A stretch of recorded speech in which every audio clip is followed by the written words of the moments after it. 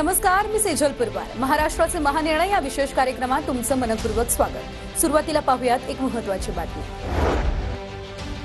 राज्य शासनाने पुण्यश्लोक अहिल्यादेवी होळकर शेतकरी कर्जमुक्ती योजना 2026 सुरू केली आहे। योजनेची अंमलबजावणी ऑनलाईन संगणकीय प्रणालीद्वारे करण्यात येते आहे। तर 16,96,000 पात्र लाभार्थी शेतकऱ्यांची पहिली यादी प्रसिद्ध करण्यात आली आहे। त्यापैकी 13,48,000 शेतकऱ्यांचे आधार प्रमाणीकरण पूर्ण झाले आहे।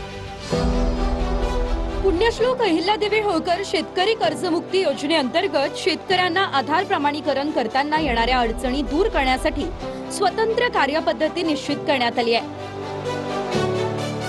लाभार्थ्यांनी यादीतील क्रमांकासह कागदपत्र घेऊन आपले सरकार केंद्रात जावं। आधार क्रमांकाद्वारे कर्जाची माहिती पाहून मंजुरीनंतर प्रमाणीकरण केलं जाईल। एका बोटाचा ठसा न उमटल्यास वेगवेगळ्या बोटांद्वारे किमान 3 वेळा प्रयत्न करावा।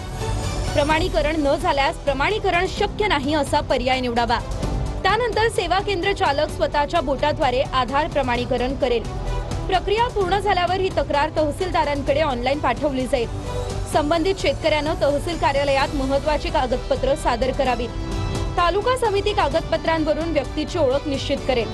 आधार क्रमांक बरोबर असल्यास समिती तक्रार मान्य करून प्रमाणीकरण पूर्ण करेल। आधार प्रमाणीकरणानंतर कर्जमुक्तीची रक्कम थेट खात्यात जमा केली जाईल। वर्षा निवासस्थानावर नशामुक्त महाराष्ट्र धोरण सादरीकरणाबाबत बैठकीचं आयोजन करण्यात आलं होतं। तरुण पिढी नशेच्या आहारी गेली, त्यानंतर उपाययोजना करण्यापेक्षा तरुणांना नशेच्या गर्तेत ढकलणाऱ्या प्रवृत्तींना प्रतिबंधित करण्याचे निर्देश मुख्यमंत्री देवेंद्र फडणवीस यांनी दिले। सर्व संबंधित विभागांनी आपली जबाबदारी ओळखून प्रभावी भूमिका बजावल्यास पुढील काळामध्ये निश्चितच नशामुक्त महाराष्ट्र घडवता येईल अशी अपेक्षा मुख्यमंत्र्यांनी व्यक्त केली। बैठकीला प्रमुख मंत्र्यांसह वरिष्ठ अधिकाऱ्यांची देखील उपस्थिती होती।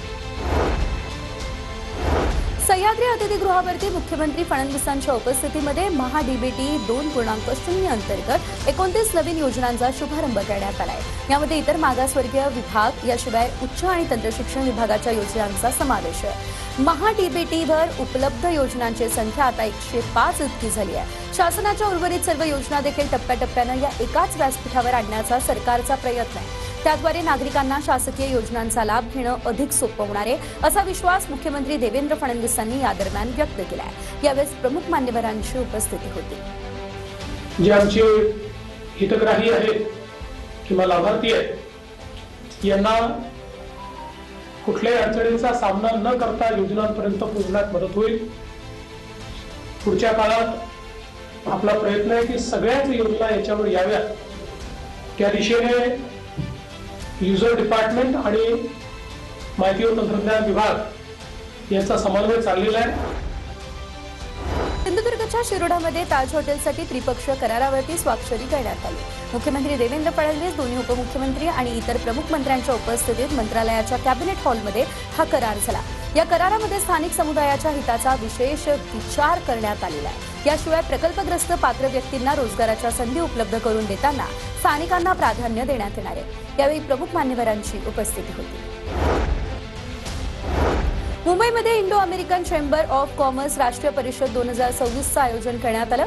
यावेळी मुख्यमंत्री देवेंद्र फडणवीसांसह भारतातील अमेरिकेचे राजदूत सर्जिओ गोड यांच्यासह प्रमुख मान्यवर उपस्थित राहिले। राज्यातील विविध क्षेत्रातील संधीचा लाभ घेत अमेरिकेतील गुंतवणूकदारांनी आपल्या कल्पना संशोधन घेऊन महाराष्ट्रामध्ये यावं आणि राज्यात गुंतवणूक करावी असं आवाहन मुख्यमंत्री फडणवीस यांनी केलं। बुलढाण्यातील सिंदखेड राजा शहरातील राजमाता जिजाऊ यांच्या स्मारकासाठी नगरविकास विभागाच्या वैशिष्ट्यपूर्ण योजनेतून 50 कोटींचा निधी देण्याचा निर्णय उपमुख्यमंत्री एकनाथ शिंदे यांनी घेतलाय। जिजाऊंच्या स्मारकाच्या कामाला गती द्या असे निर्देश शिंदेंनी दिले। 50 कोटींच्या निधीतून जिजाऊ मासाहेबांचं स्मारक याशिवाय या परिसरातील रस्ते आणि आजूबाजूच्या इतर सोयी सुविधांचा विकास केला जाईल। यावेळी मंत्री प्रकाश आंबेडकर, आमदार रोहित पवार यांच्यासह प्रमुख लोकप्रतिनिधी उपस्थित राहिले।